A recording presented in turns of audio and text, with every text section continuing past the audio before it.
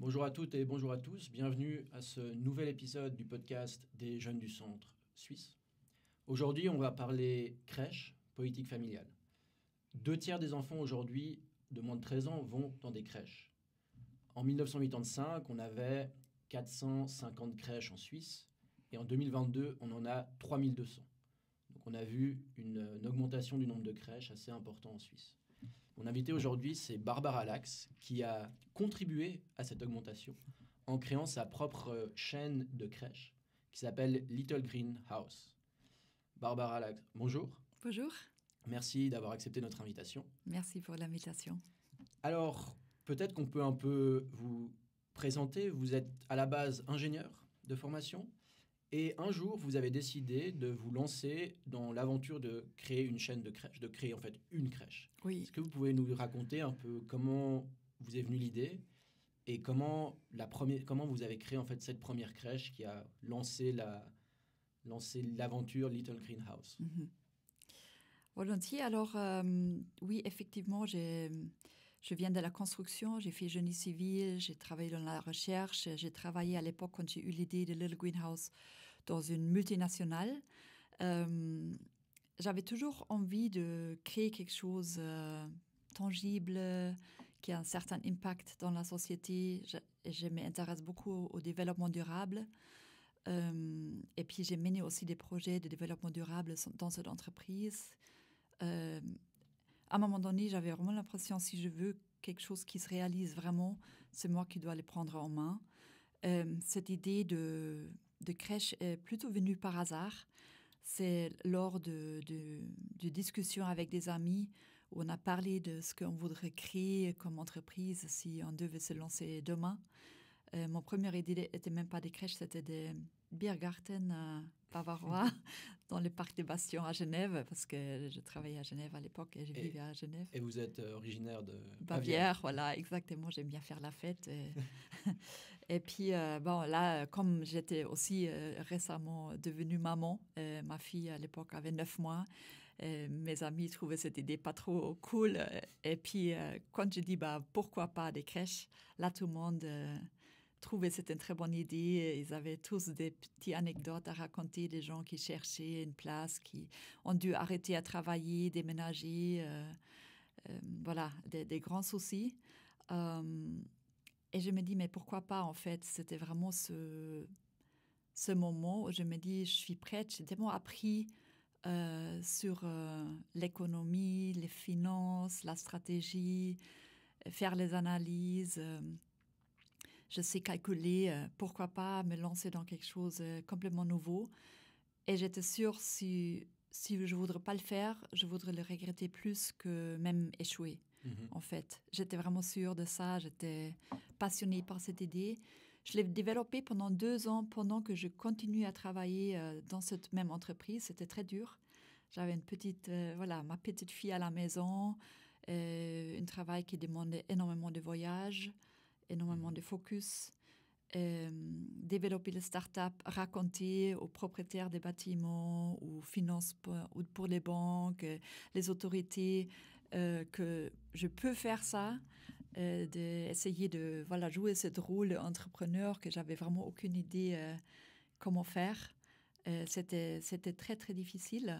J'avais toujours l'impression de jouer des rôles, de aussi pas vraiment être suffisamment concentrée sur mon travail, ni pour mon rôle de maman. J'avais ces 3 choses en parallèle. Et aussi, le début, c'était très, très difficile. Alors, j'avais toujours l'idée d'ouvrir directement plusieurs sites. J'avais toujours cette idée de développer un concept qu'on peut après répliquer. On peut croître sur plusieurs endroits en Suisse, avec les différentes langues, l'allemand, français, anglais. Alors, c'était toujours l'idée d'avoir appris comme un réseau de crèches où les gens puissent échanger, apprendre un de l'autre, peut-être déménager pour travailler à des autres sites. Et ça, je pense qu'on en vient d'une multinationale. On a tout de suite cette idée c'est que ça doit être quelque chose un peu plus conséquent. C'est toujours très difficile de créer sa propre entreprise, mais en fait, vous avez eu énormément de succès au final. Vous avez même été élue femme d'affaires 2017 par Bilan. C'est assez impressionnant. C'était le Veuve Clicquot, prix le Veuve Clicquot. Mais il y avait un article dans le bilan. Dans le bilan, c'est quand même une reconnaissance assez importante pour avoir en fait travaillé dans un domaine qui est vraiment central à la société. Les crèches ont pris une place extrêmement importante et je trouve très intéressant. Vous dites, je savais calculer, je savais gérer les ressources. C'est vrai que c'est une question super importante pour n'importe quelle entreprise. Et pour les crèches aussi, les notions de coûts, de personnel, il y a énormément de challenges. Mais peut-être avant de venir là, il y a quand même une question qui me titille. Est-ce qu'à votre avis, pour créer des crèches, est-ce qu'il fallait une femme entrepreneuse? Non, je pense pas. Je pense que c'est vraiment important que quelqu'un soit passionné par le thème. Je pense que c'est un avantage que j'étais parent à ce moment-là parce que je comprenais les marchés, je comprenais le défi de la famille moderne.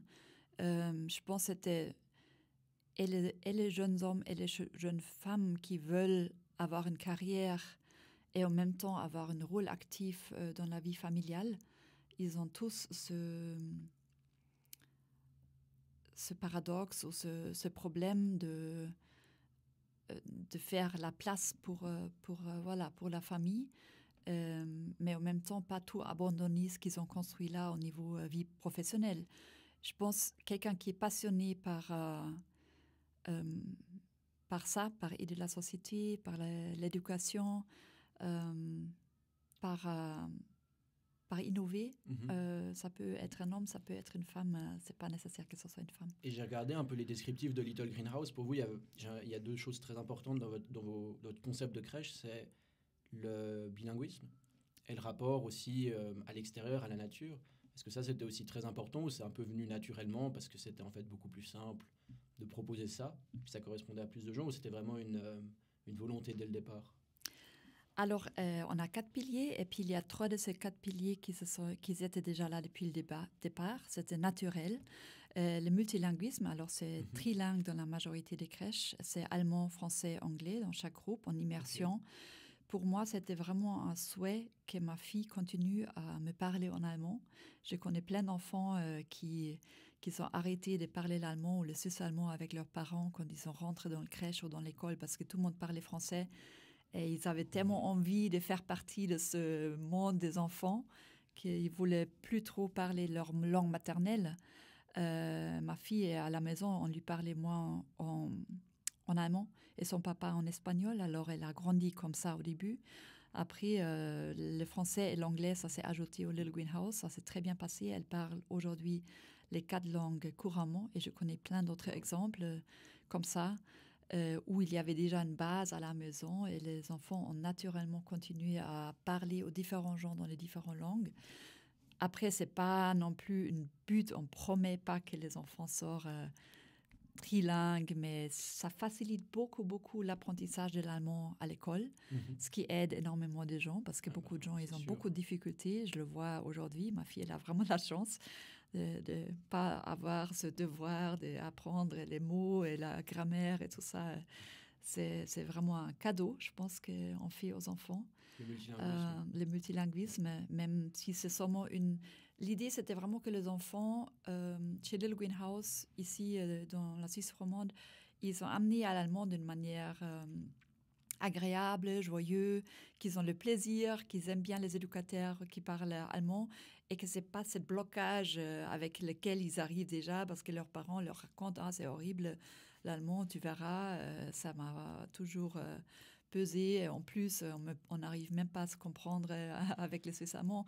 Alors, je pense qu'il y avait plein de préjugés comme ça. Et franchement, moi, je connais plein de gens qui ont des parents allemands ou suisses allemands et qui parlent vraiment un allemand, mais terrible, parce qu'ils ont abandonné de parler l'allemand le moment qu'ils ont rentré à l'école. Et ça, je voulais éviter. Alors ça, c'était ma motivation personnelle. Et je me dis, mais ça doit être la même chose pour les familles mixtes où ils parlent peut-être l'anglais. Ou... De toute façon, c'est que bénéfice parce qu'on sait aujourd'hui que le cerveau de l'enfant, au niveau des langues, la majorité de développement se passe déjà dans la ventre et la première année de naissance. Alors, c'est là où les enfants ne parlent pas encore, mais c'est là où c'est le plus important qu'on leur parle dans plusieurs langues. Après, il faut avoir un système, il faut comprendre la recherche, il faut comprendre comment. Il ne faut pas commencer à leur parler avec un monstre accent dans une autre langue, je pense pas, ça c'est pas forcément qui aide.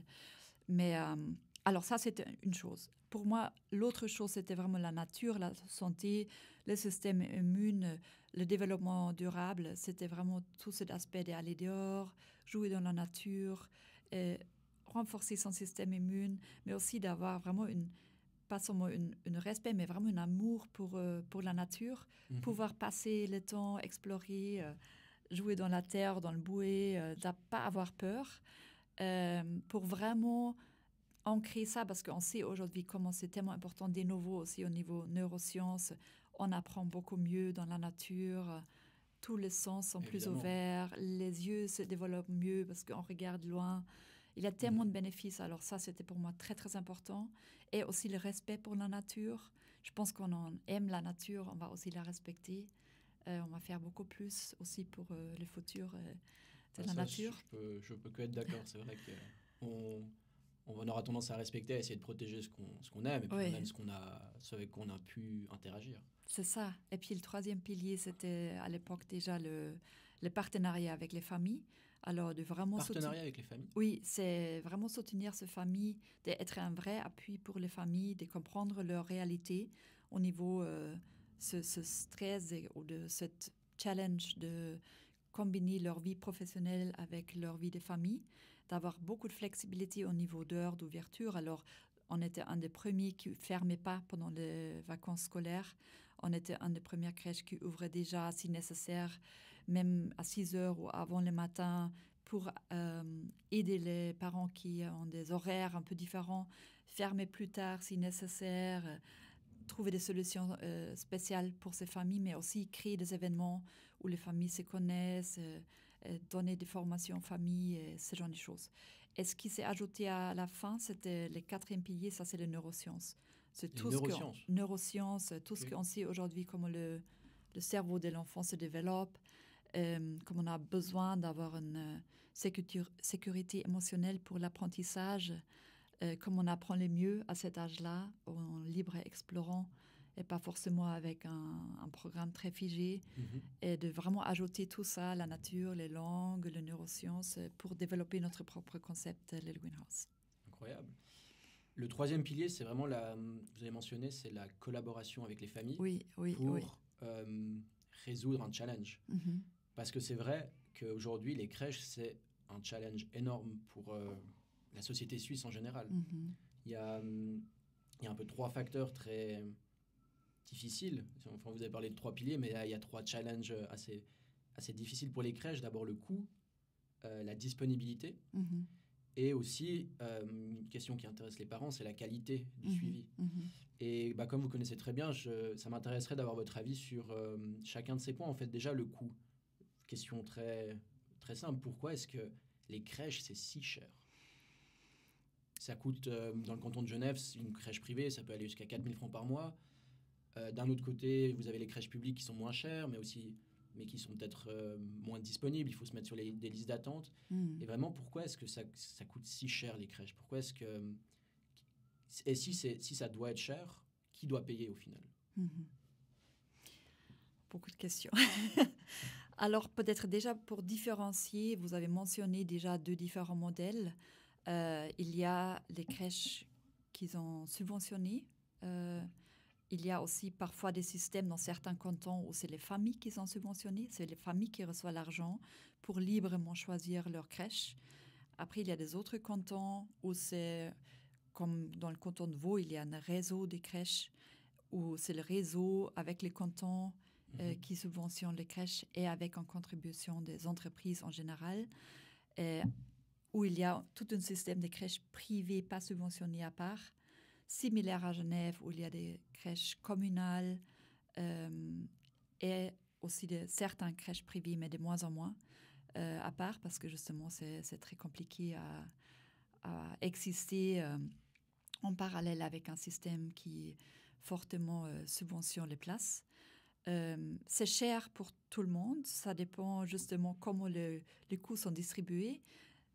Soit c'est tous les parents qui payent, dans certains cantons c'est les crèches privées où les parents doivent prendre en charge tous les coûts total. Il n'y a rien qui est distribué, soit c'est les communes. Alors là aussi, vous parlez du canton de Genève, c'est normal qu'il n'y a pas beaucoup de crèches ou pas suffisant, parce que c'est tellement cher avec ce barème et ces subventions qui c'est un peu le standard et en même temps les règles qui sont imposées par le canton ou par les autorités au niveau des salaires qui doivent être payés. C'est d'ailleurs le seul canton en toute la Suisse qui oblige à payer un certain salaire. Et ça, c'est un système qui a récemment changé où tout le monde va maintenant s'adapter et trouver des solutions. Je pense là, il y a ce système purement privé qui va complètement disparaître, à mon avis, avec le temps. Les crèches privées vont complètement disparaître. En canton de disparaître. Genève, à mon avis, oui, parce que c'est pas possible en long terme d'exister en parallèle dans un système qui est fortement subventionné où, comme vous avez dit, les coûts pour ces nouvelles règles dépassent les 4 000 francs par mois. C'est pas logique de opérer dans ces circonstances, en fait. Parce que c'est quoi exactement? Vous avez parlé de règles, de barèmes. Comment est-ce que la politique intervient dans les crèches? Est-ce qu'ils mettent des exigences de qualité? Est-ce qu'ils mettent des... Bon, vous avez parlé d'un salaire minimum. Le barème, non, je mais ne suis ça pas n'a rien à exactement voir sûr. avec un salaire minimum. C'est Ah, justement, je pense, il y a beaucoup de confusion, mais vraiment chaque canton opère très différemment. Alors où je voulais aller, c'est que en général, les coûts sont très élevés pour des crèches. c'est quoi les le vrais gros coûts. C'est quoi Les le gros gros coût? coûts, 70 à 80% des coûts, c'est le personnel, c'est les gens. Parce que vous avez des quotas, alors vous avez, et ça c'est différent, chaque règle est différente dans chaque canton, combien d'enfants par adulte, combien de mètres carrés, quelle hauteur doivent être les toilettes, combien de toilettes par enfant, c'est vraiment tout, c'est comme si vous entrez dans un nouveau pays. Et les concepts de subventionnement est aussi très, très différent. Alors, comme je vous ai dit, il y a des cantons où c'est les familles qui reçoivent l'argent et c'est eux qui peuvent choisir librement les crèches. Et il y a des cantons où c'est un réseau qui donne à leur crèche les subventions et tous les crèches qui sont privées ne reçoivent rien. Et il y a des cantons où c'est les communes qui donnent l'argent et tous les crèches qui sont dehors de ce système reçoit rien et les parents non plus. Alors, c'est vraiment très, très varié. Les coûts, voilà. Après, il y a ce qui est important à comprendre, c'est dans tous les cantons, la qualité des crèches qui sont subventionnées et la qualité des crèches qui ne sont pas subventionnées sont les mêmes. Parce que c'est obligatoire de suivre les mêmes règles. Les règles, ils sont différents par canton, mais dans le canton, c'est les mêmes règles pour tous les crèches, n'importe si vous êtes privé, public, subventionné, pas subventionné, c'est égal. Les règles sont toujours les mêmes. Alors, on a tous les mêmes standards de qualité par canton. Après, il y a des cantons où c'est plus facile pour une crèche privée d'aller parce qu'on a accès à toute la population facilement, parce que c'est la population qui choisit leur crèche. Les parents reçoivent, c'est ça, exactement. par exemple, c'est en canton de Berne, Lucerne, Zug, Bâle, maintenant Bâle-Ville. Est-ce qu'il y a une différence de philosophie entre la Suisse romande et la Suisse allemande là-dessus? Alors, pour généraliser, pour faire plus facile, oui. Je pense que c'est plus libéral dans le canton suisse alémanique parce que c'est là où il y a plus une tendance d'aider la famille et c'est la famille qui choisit. Et dans le canton roman, c'est plutôt un système de réseaux, des communes, cantons qui choisissent le système et où il y a toujours une partie des crèches qui ne font pas partie de ce système. Et ça, c'est ces crèches qui ont... Alors nous, aujourd'hui, chez Little Greenhouse, on a les deux modèles, en fait. On est sur plusieurs cantons, on a beaucoup de partenariats communaux sur le canton de Fribourg, à Genève. On a aussi des crèches de réseau sur le canton de Vaud et on a aussi des crèches purement privées. Alors, je connais vraiment... Et on a aussi une crèche à Zurich où, de nouveau, c'est un autre système. Je connais tous les avantages et désavantages et pour moi, le plus grand important, c'est qu'on peut avoir une mixité sociale dans nos sites. Et ça, ce n'est pas donné dans le site où les coûts doivent être à 100% portés par les parents parce que ces coûts, comme vous l'avez mentionné, c'est 3 500, 4 000 francs. Ce n'est pas possible pour tout le monde de payer ça. Ça veut dire que c'est automatiquement une séparation de la société qui se fait par ce système que nous, on ne voudrait pas du tout Dans un faciliter. système plus libéral, comme en Suisse allemande, vous observez moins de Oui, de ségrégation. séparation, absolument, parce que C'est tout paradoxal. le monde a accès avec les mêmes règles. Et on peut avoir... C'est pour ça que quand on a ouvert à Zurich, on a compris le système, on a dit, mais pourquoi pas, mais à partir de maintenant, on va vraiment développer que en Suisse alémanique. Mais après, ce qui s'est passé quand même, c'est que ici, on était déjà beaucoup plus présent. Mhm. Il y avait plus besoin aussi. On était beaucoup plus sollicité et on arrivait peu à peu à faire des partenariats justement avec des communes, avec les réseaux. Et quand on rentre dans ces partenariats, ça c'est vraiment l'idéal parce que vous avez vraiment accès à toute la population. Vous arrivez à fournir quelque chose de qualité à une commune, un réseau qui est fortement apprécié. Aujourd'hui, nous avons aussi, je pense, cette différenciation au niveau des systèmes. On est très efficace, on doit l'être. Au niveau de l'automatisation, des procédures standardisées, on peut vraiment avoir des coûts très bas au niveau de gestion des différentes communes, des différentes règles. Puis, je pense que ça, c'est notre grand avantage où on peut aussi rendre un service à des communes, à des réseaux, pour leur aider aussi dans cette complexité. Ça, c'est quelque chose qui, je pense, qui nous démarque. On était obligé de développer cette optimisation et ça nous intéresse aussi. Enfin, je suis ingénieur, alors tout ce qui est automatisation, standardisation, ça m'intéresse et on a mis beaucoup de focus là-dessus.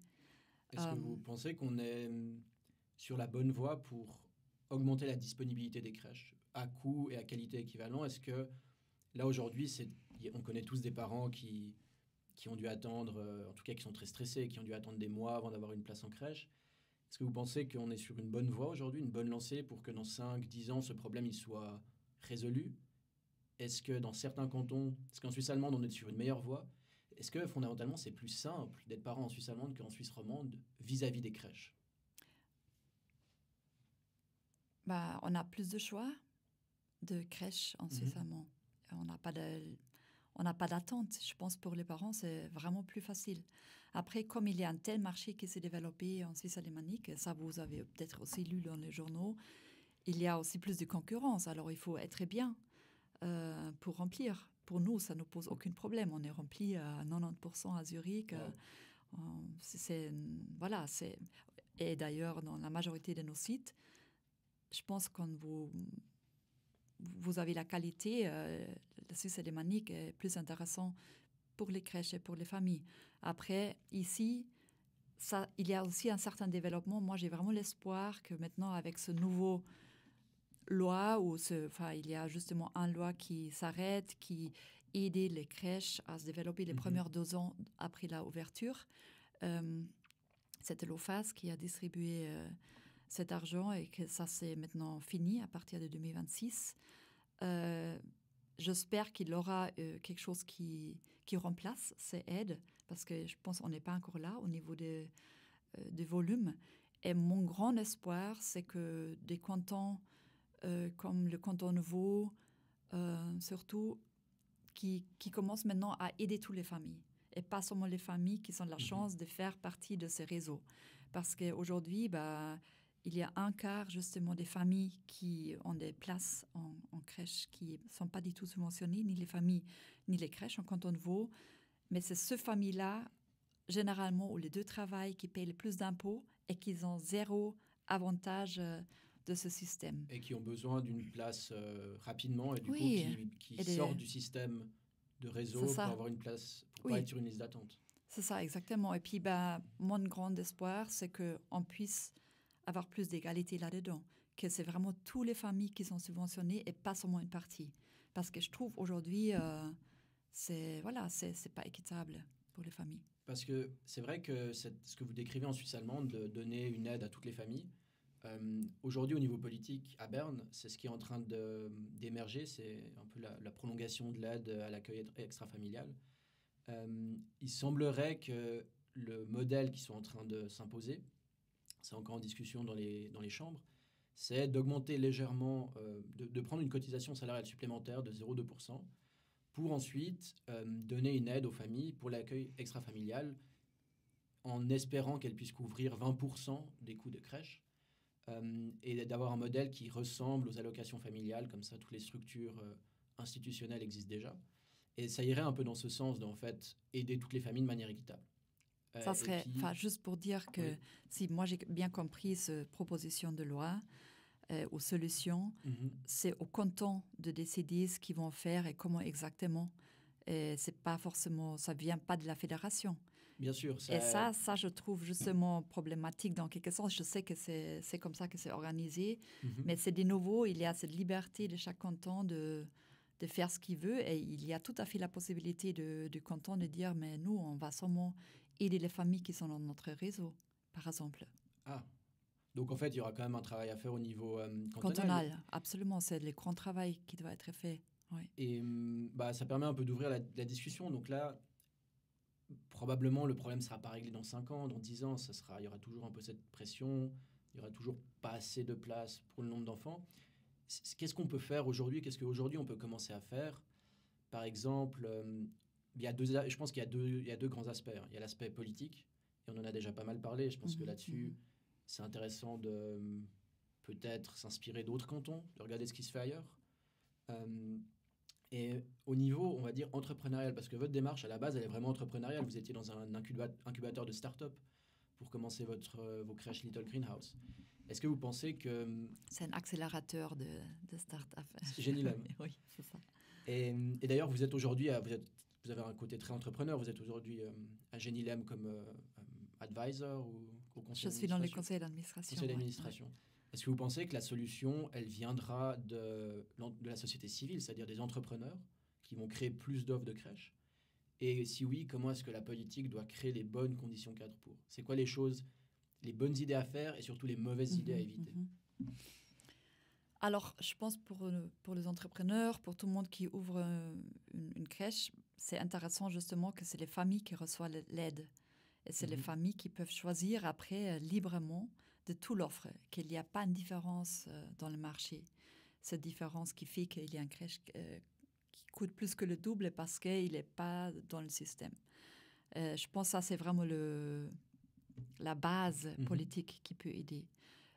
Moi, quand j'ai commencé, j'avais aussi déjà démarché les autorités, les communes, les réseaux, mais il fallait, je pense, d'abord se faire un nom, de montrer qu'on sait faire aussi tout seul. Et puis, après, trouver des partenaires. Et ça, c'est ce qu'on est en train de faire, de développer des solutions pour les réseaux, pour les communes, de se faire plus connaître, d'être là, d'être visible. Et puis de montrer qu'on est un vrai atout, un vrai plus pour ces partenaires. Oui, tout à fait. Au niveau du personnel que vous recrutez, est-ce que vous pouvez nous expliquer un peu les profils? Parce que typiquement, on sait qu'aujourd'hui, dans le milieu médical, on ne forme pas assez de médecins, on ne forme pas assez d'infirmières.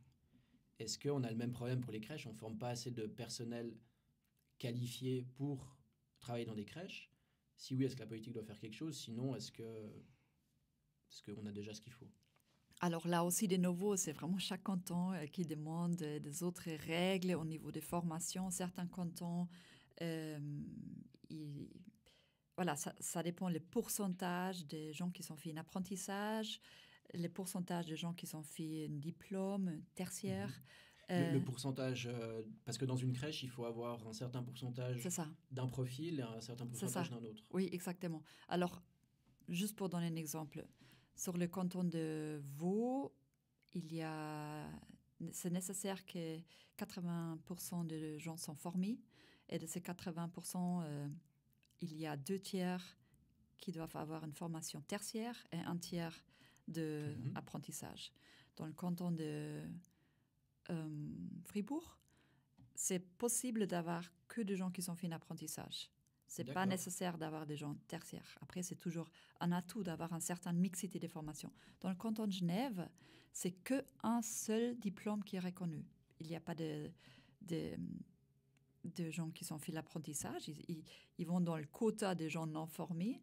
Et puis, 80% du personnel doit avoir la formation de l'éducatrice des petits-enfants, de jeunes enfants, petits-enfants, ça dépend de où vous avez tiré ce diplôme. Et c'est très, très restreint parce que dans tous les autres cantons, il y a aussi les éducateurs sociaux, les éducateurs spécialisés. À Zurich, par exemple, même aussi des psychologues. C'est même les gens qui ont fait un master en pédagogie, ça dépend, c'est accepté à Zurich, mais c'est pas accepté en canton de Vaud. Alors, c'est très complexe au niveau de formation aussi, mais généralement, oui, c'est vrai que dans les cantons où il y a un besoin de gens tertiaires qui ont fait la formation dans une autre école, il n'y a pas suffisamment de gens formés. Et c'est un paradoxe parce que il n'y a pas suffisamment de place dans les écoles, il n'y a pas suffisamment de gens qui veulent se former, alors c'est aussi le marché, la manière comme les conditions de travail sont aujourd'hui. Et en même temps, c'est une demande de la législation sur le canton. Et là, on a souvent un problème. Mais pour le moment, aujourd'hui, je dois dire qu'on a la chance quand même de généralement être plutôt bien au niveau de trouver des gens, de les fidéliser. On n'a pas un très grand souci, mais je vois quand même la tendance. Une tendance qui doit être un peu prise en compte. Oui. C'est intéressant tout cet aspect où chaque canton est tellement différent. Alors c'est ce qui fait le charme de la Suisse, on va dire. Mais c'est vrai qu'il y a certaines fois, on se dit peut-être ce serait bien que les cantons se parlent un peu plus et prennent les meilleures idées à droite à gauche. Oui, tout à fait. S'il faut les prendre en Suisse allemande, on va les prendre en Suisse allemande. S'il faut les prendre en Suisse romande, on va les prendre en Suisse romande. Il y a beaucoup de choses qui sont très bien dans le Suisse romande aussi. Hein. Je pense qu'il y a vraiment les avantages un peu partout. Et je pense plus de règles similaires, ça aidera énormément. Ouais. Je pense qu'on arrive gentiment à la fin d'une discussion qui était vraiment intéressante. En tant que... alors, vous avez plein de casquettes, chef d'entreprise, mais aussi mère de famille, habitante en Suisse. Qu'est-ce que vous voyez pour améliorer la vie de famille, pour rendre que de manière très générale, peut-être pas juste les crèches, mais peut-être que ce serait une idée ou une vision, une philosophie un peu différente, pour que ce soit plus simple d'avoir une famille en Suisse et que les familles aient moins de pression, que ce soit mentale, financière, administrative. Est-ce qu'il y a quelque chose, peut-être juste une idée un peu simple, une vision que vous aimeriez un peu transmettre à que ce soit les jeunes ou les politiciens plus adultes? Alors, je pense qu'il y a déjà beaucoup de bons développements depuis que j'ai commencé ce projet. Je vois qu'il y a beaucoup plus d'ouverture dans toutes les différentes dimensions, hein, soit les autorités, soit des employeurs aussi, pour permettre aussi à leurs employés de combiner justement ces deux casquettes. Il y a de plus en plus de soutien, il y a de plus en plus de crèches qui s'ouvrent, il y a plus de flexibilité dans les lieux de travail. Mais je pense qu'il faut continuer dans ce sens-là. Il faut faire plus standardiser, donner la possibilité de baisser un peu tous ces obstacles. Mais je pense, c'est vrai qu'il y a beaucoup de recherches qui disent qu'en Suisse, on est vraiment encore assez on n'est pas les meilleurs. Retardés, ouais, on est de loin pas les meilleurs pour la politique familiale. Oui, je pense tout ce qu'on a mentionné avant, de plus standardiser, de faire donner plus de transparence, amener plus d'agilité, et aussi d'encourager encore plus les gens, les hommes et les femmes de continuer leur vie professionnelle et de leur soutenir dans toutes les dimensions. Je pensais aussi les entreprises qui sont prises par la responsabilité. Eh bien, merci beaucoup pour ce mot de la fin et puis pour la discussion. C'était vraiment très intéressant. C'était un nouvel épisode du podcast des jeunes du Centre Suisse. On vous remercie de l'avoir suivi et on se revoit la prochaine fois. Au revoir.